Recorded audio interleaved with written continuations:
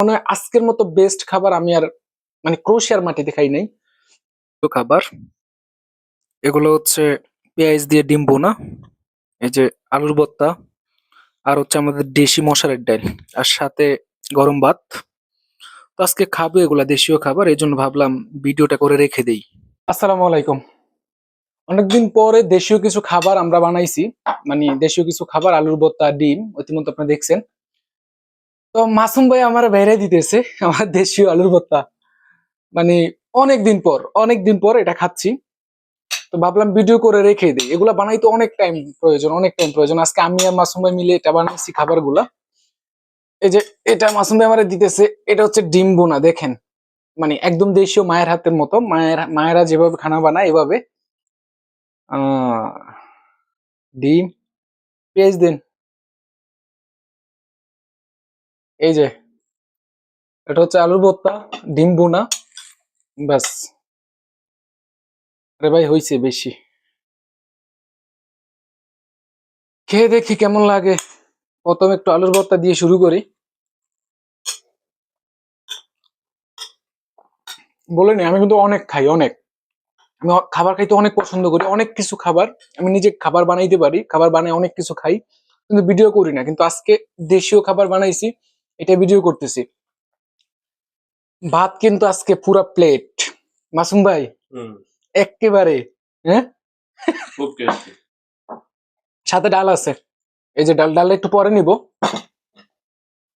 এই যে ভর্তাটা, এটা প্রথম বানানোর পরে আমরা একটু তেলে ভেজে নিছি। এই যে ডিম বোনা, 5টা ডিম দিছি, শেষ একটা আছে, খাবার করে দিব ইনশাল্লাহ।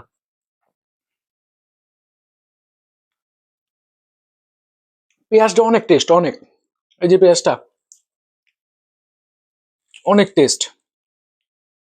দেশে মা এরকম বানাই দিত, আমি ঝোল খাইতে পছন্দ করতাম না, তো শুধু পেঁয়াজের উপরে চিকেন বা গরুর মাংস বা মাছ এরকমের উপরে বানাই দিত। তো আজকে আমরা যদিও ডিম বানাইছি, আমরা